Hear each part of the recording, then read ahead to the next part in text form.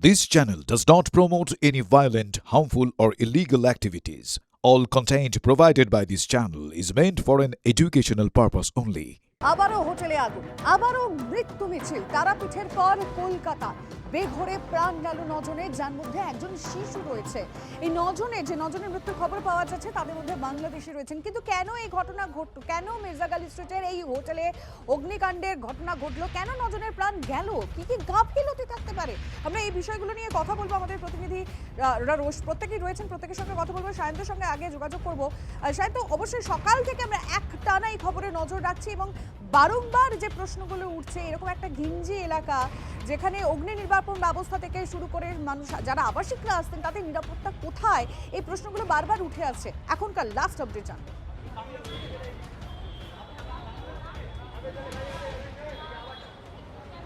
একদমই, দেখো মির্জাগালি স্ট্রিট, এই মির্জাগালি স্ট্রিট যা ফিশকুল স্ট্রিট নামে পরিচিত, দমকলের সদর দপ্তর রয়েছে, নাকের ডগায় কলকাতা পুরসভা রয়েছে। অর্থাৎ হোটেল বা বাজার তৈরি করার জন্য যে এনওসি দেওয়া হয়, যে দুটো গুরুত্বপূর্ণ সংস্থা, সেই দুটো সংস্থা কিন্তু কলকাতা পুরসভা এবং দমকল, আর সেই দুটোই রয়েছে কিন্তু একদম এই রাস্তার ওপরে।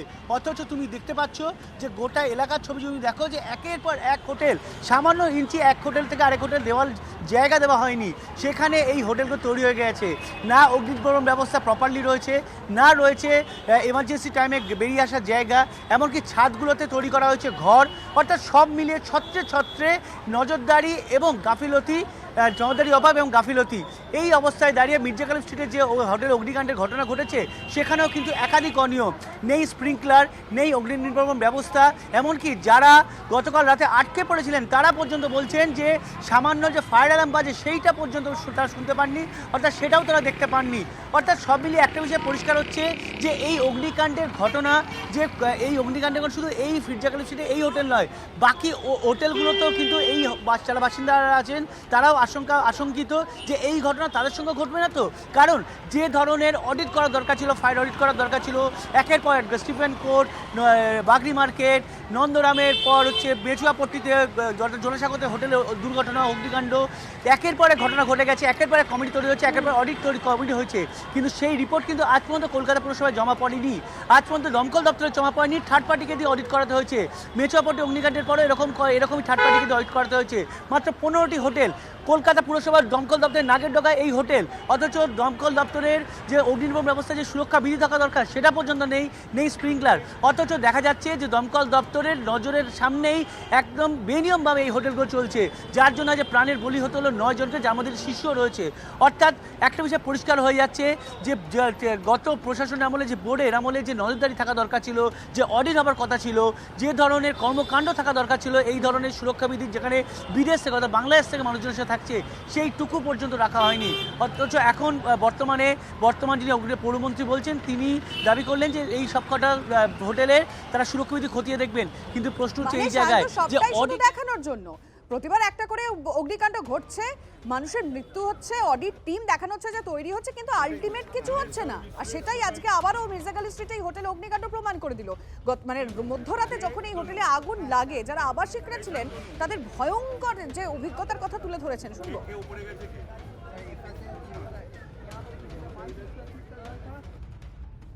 যখন আগুনটা লাগে তখন আমরা নিচে ছিলাম, নিচের রুমে। তো লোকজন হইচই করতেছে শুনে আমরা বের হয়ে দেখি ধোঁয়া আসতেছে, তখন আমরাও সাথে বের হয়ে যাই। কজনকে বার করা হয়েছিল সে সময়? তখন কোনো লোক বের করা হয় নাই। দমকল বাহিনী আসার পরে তারা মই দিয়ে 4-5 জনকে নিচে নামিয়েছে। ছাদে কিছু লোক ছিল, এটাই দেখেছি আমরা। ছাদে মানে তারা কি ভয়তে উপরে উঠে গেছে? অনেক লোক ভয়ে, যারা 4তলা 5তলায় ছিল তারা ভয়ে উপরে উঠে গেছে, কিন্তু যারা 2তলায় ছিল তারা বের হতে না, তারা বের হতে পারেনি। আপনি কাল কোথায় ছিলেন?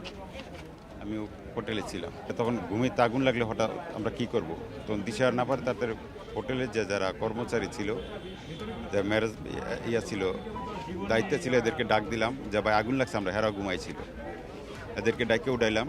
ডাকে উঠানোর পরে ওরা হেরা গেছে সিঁড়িতে নামার যে গেটটা, এরা খুলতো, এরা খোলার সাথে সাথে মানে আগুন এবং দুয়ার যে একটা ধামাক্কা, মানে যে একটা পুরাটা পাইছে, পাওয়ার সাথে সাথে পুরা পুরা ফ্লোরেই মানে অন্ধকার হয়ে গেছে, অক্সিজেন বন্ধ হয়ে গেছে। তারা বললো যে আমাদের পিছনে আসেন, পরে এদের পিছনে পিছনে গিয়ে শুরু একটা রাস্তা কোনো মতন বলছে, মনে যেন ধুম বন্ধ হয়ে যেতে থাকে না, অক্সিজেন পাচ্ছি না আমরা কেউ।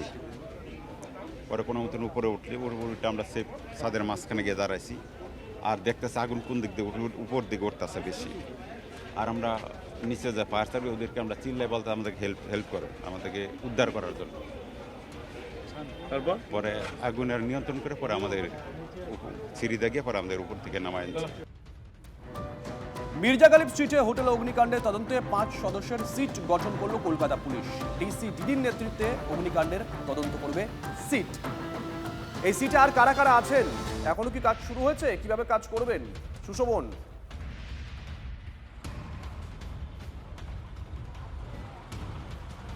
দেখো, ডিসি ডিডির নেতৃত্বে তদন্ত শুরু হয়েছে।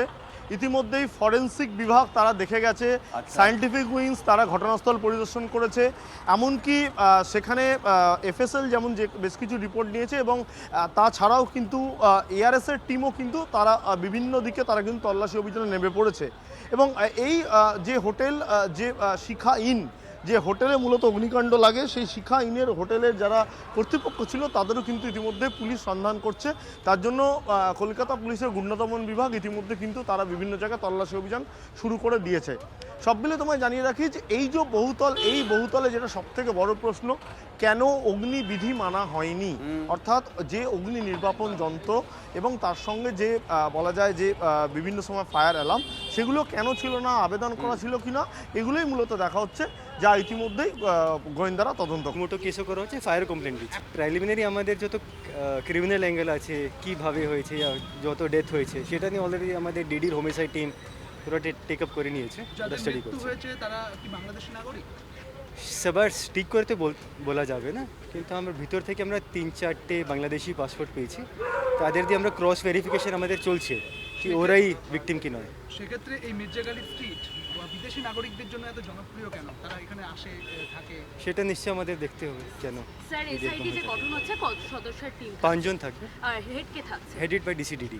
এখানে কোনো রকম ফায়ার নির্বাপক ব্যবস্থা এই সমস্ত কিছু ছিল? সিসিটিভি, ফায়ার নির্বাপক ব্যবস্থা? লাইসেন্সেসগুলো অলরেডি মনে হচ্ছে ফায়ার ডিপার্টমেন্ট সিজ করেছে, ওরা খতিয়ে দেখছে কি কত ওদের লাইসেন্সিংগুলো প্রপার ছিল কিনা। কলকাতায় হোটেলে আগুন, বেঘরে মৃত্যু 9 জনের। শোক প্রকাশ প্রধানমন্ত্রী নরেন্দ্র মোদীর। অত্যন্ত হৃদয় বিদারক ঘটনা, স্বজনহারা পরিবারের প্রতি আমার সমবেদনা। আহত ও অসুস্থদের দ্রুত আরোগ্য কামনা করি। ক্ষতিগ্রস্তদের পরিবারের পাশে স্থানীয় প্রশাসন।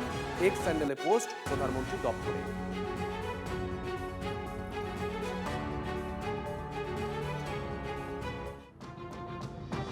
দেখুন, এই অগ্নিকাণ্ডের ঘটনায় কিন্তু অনেকগুলো প্রশ্ন উঠে যাচ্ছে। আবাসিকা ফ্ল্যাটে কিভাবে বাণিজ্যিক গেস্ট হাউস চলতো, কে দিত ছাড়পত্র, এতদিনই কি করেছে কলকাতা পুরসভা, আদৌ কি ফায়ার অডিট হয়েছিল, কলকাতায় বারবার অগ্নিকাণ্ডের পরেও কেন নজরদারি করেনি দমকল, জোড়াসাঁকো অগ্নিকাণ্ডের পর কি করেছে অডিট কমিটি, কে নেবে এত মৃত্যুর দায়? আমার সহকর্মী শর্মিষ্ঠা এই মুহূর্তে একেবারে গ্রাউন্ড জিরো রয়েছে। শর্মিষ্ঠা দেখাবে যে, শর্মিষ্ঠা তুমি যেমনটা বলছিল যে দমকলের সদর দফতর থেকে ঢিলছোড়া দূরত্ব, চোখের সামনে এতগুলো মানুষকে দম বন্ধ হয়ে মৃত্যু কোলে ঢলে পড়তে দেখলেন সকলে, কিন্তু প্রশ্ন হচ্ছে এই অনিয়মগুলো, এই বেনিয়মগুলো এতদিন ধরে কেন সবাই ওভারলুক করলেন?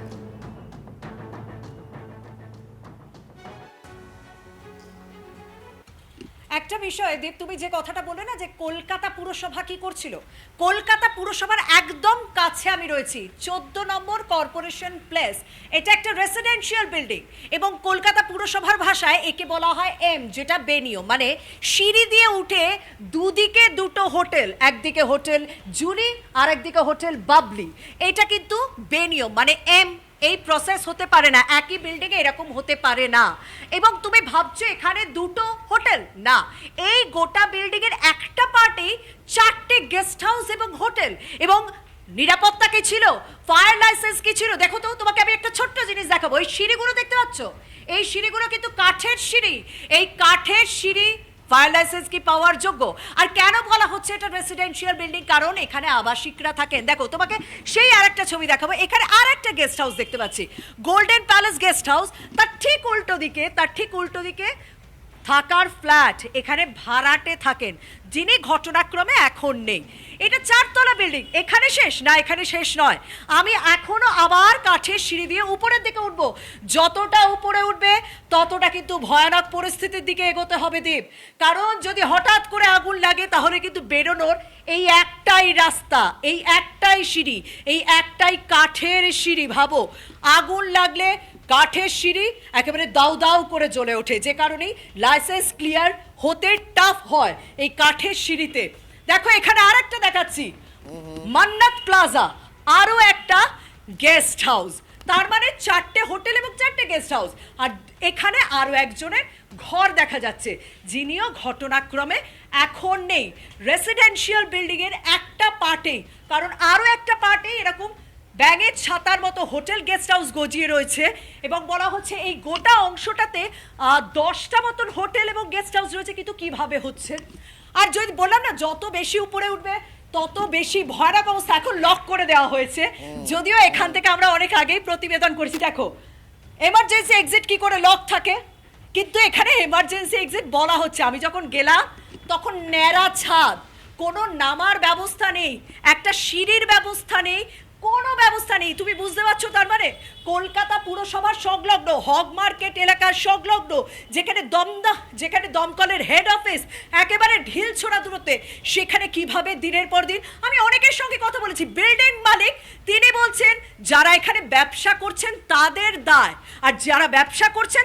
তারা বলছেন বিল্ডিং মালিকের সঙ্গে কথা বলুন। কিন্তু কি হচ্ছে এক্ষেত্রে, বেঘরে মানুষের প্রাণ যাচ্ছে। তারা হোটেলে খরচ করছেন, তারা শীততাপ নিয়ন্ত্রিত ঘর খুঁজছেন, তারা থাকছেন, কিন্তু তারা আদতে যে টাকাটা দিচ্ছেন সে টাকার বিনিময়ে অন্তত কোনো নিরাপত্তা পাচ্ছেন না, সেই প্রমাণটা অন্তত পাওয়া যাচ্ছে এই একের পর এক জায়গায়। বুঝতেই পারছো যে একটা দুটো নয়।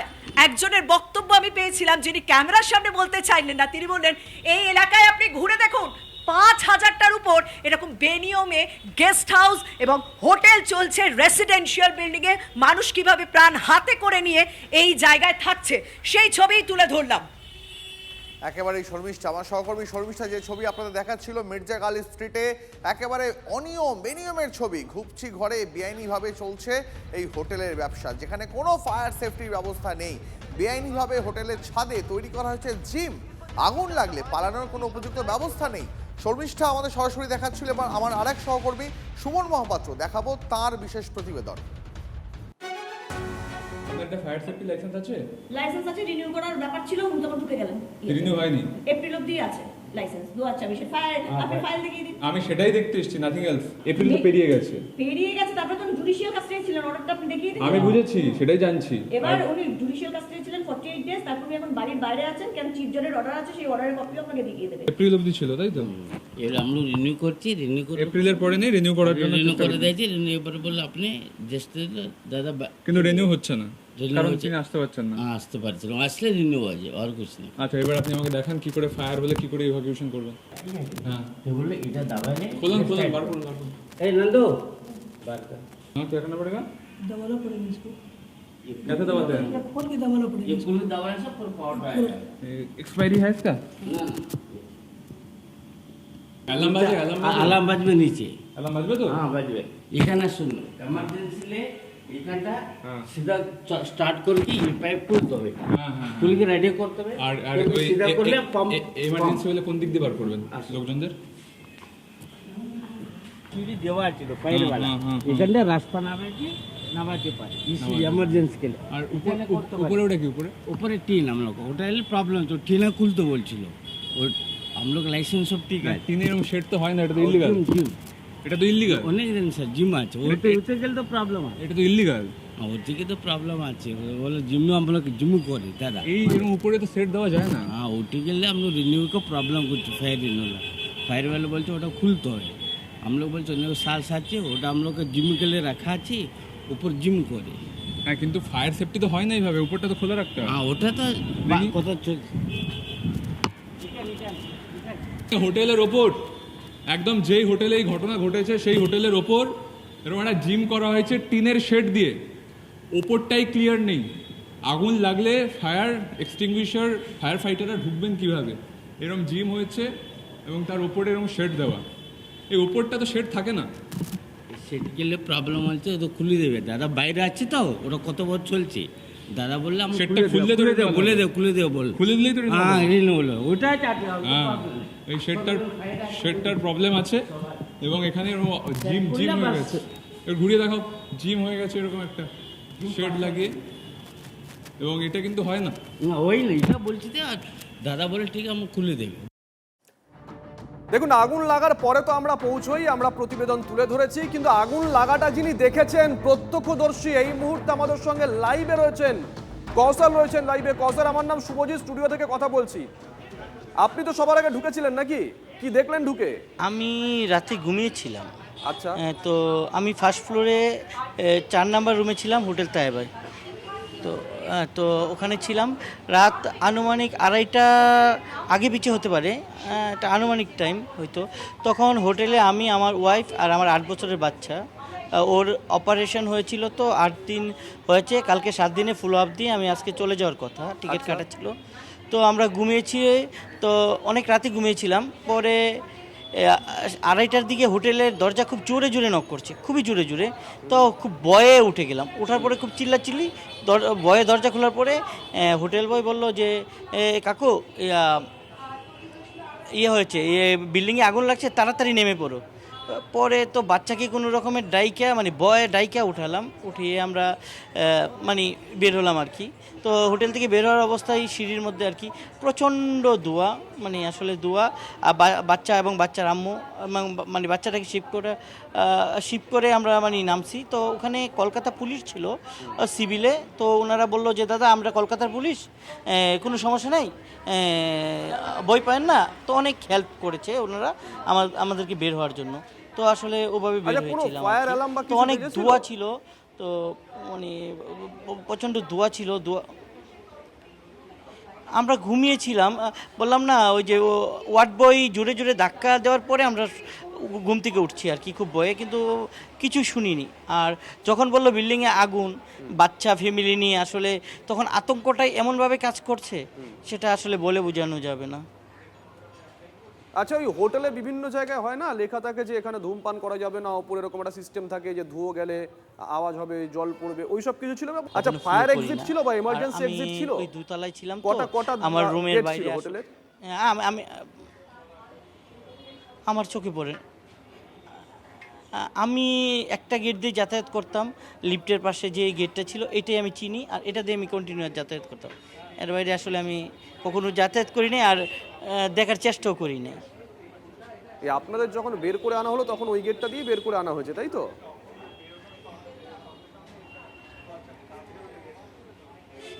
হ্যাঁ, আমরা নিজেরাই বেরোইছি। তখন ওই যে যখন সিঁড়িতে আসছিলাম তখন যে ফায়ার ব্রিগেড দেখলাম আগুন নিভাইতে আসছে, আর কিছু সিভিলে আমাদেরকে হেল্প করছেন। তো উনি বললো যে দাদা ভয় পায় না, আমরা কলকাতা পুলিশ, তখন মালগুলো ফেলে আমরা চলে যাচ্ছি। বলছে নৌসে, কোনো সমস্যা নেই, আমরা দেখছি, আপনারা বের হন, শান্তিতে বের হন, কোনো চিন্তা করেন না। তো একটা বর্ষা দিল। আচ্ছা, লাল রঙের যে অগ্নি নির্বাপন সিলিন্ডারগুলো হয়, এই সিলিন্ডার ছিল হোটেলে প্রত্যেকটা ফ্লোরে, খেয়াল করেছেন? আমার চোখে পড়ে না, বা আমি ফ্লু করি নাই হয়তো। বা কোনো পাইপ টাইপ আগুন লাগলে জল দিয়ে নেবানো হবে, তেমন কিছু নজরে এসছে? আমি এটা কখনো ফ্লু করি নাই, ছিল কিনা আমি আসলে বলতে খেয়াল করেননি। ছাদের অবস্থা কি ছিল? আমি শুনতে পারি নাই। ছাদের অবস্থা কি ছিল? আমি ফার্স্ট ফ্লোরের ছাড়া অন্য কোথাও যাই নাই কখনো। আমি ফার্স্ট ফ্লোর ছাড়া কখনো কোথাও যাইনি, কারণ আমি আমার রুম আমার ছাড়া আসলে আমি কখনো অন্য কোথাও তাকানো ট্রাই করি নাই, যেহেতু হোটেল অনেকে আসেন, সেই জন্য আমি আসলে আমার রুমের বাইরে আমি বেরোনোর সময় দেখলেন যে কলকাতা পুলিশ আর দমকলের লোকজন পৌঁছে গেছিল, তারা বলল চিন্তার কোনো কারণ নেই, আমরা আছি। এমনি যদি গোটা উদ্ধার কাজ নিশ্চয়ই আপনি দেখেছেন বাইরে থেকেও, কিভাবে হয়েছে উদ্ধার কাজটা? হ্যাঁ, সেটা দেখেছি। তারপর বাইরে এসে দেখেছি। আমি যখন বের হই তখন ফায়ার ব্রিগেড পানি দিচ্ছে, তারপরে ফায়ার ব্রিগেডও ভিতরে ঢুকছে, বাইরে দিয়ে ফায়ার ব্রিগেডে লোক নামাচ্ছে। তারপর আসলে বাইরে আসার পরে দেখলাম 4 তলা ছাদে কিছু লোক, ছাদে দেখা গেছে কিছু লোক, একজনকে দেখছি 4 তলা থেকে লাইট দিয়ে বলছে মানে আমাকে বাঁচান, হেল্প হেল্প, লাভ দিয়েছে? মানে মোবাইল লাইট দিয়ে। আচ্ছা, তো লাইট দিয়েছে। আসলে তখন আমি মানে ওটা খুব খারাপ লাগছে। না না না না না না, লাইট জ্বালিয়ে?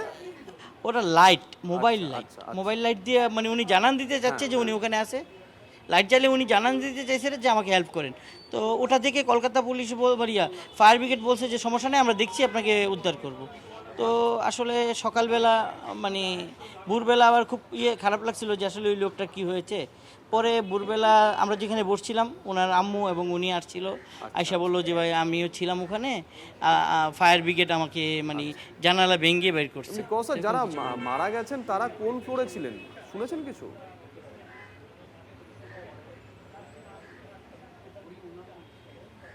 না, এটা আমি শুনি নাই আসলে। তখন আসলে মানে যারা ভিতর থেকে বের হয়েছে সবাই একটা আতঙ্কের মধ্যে ছিল। মানে এটা বলে বোঝানোর ভাষা নাই যে আসলে ওদের ভিতরে একটা ট্রমা কাজ করছে, এখনো করছে। বেশ, ধন্যবাদ, ভালো থাকবেন কসার। আমরা কথা বলেছিলাম প্রত্যক্ষদর্শী এবং ওই হোটেলেই উনি উঠেছিলেন, ওনার অভিজ্ঞতা শেয়ার করলেন আমাদের সঙ্গে।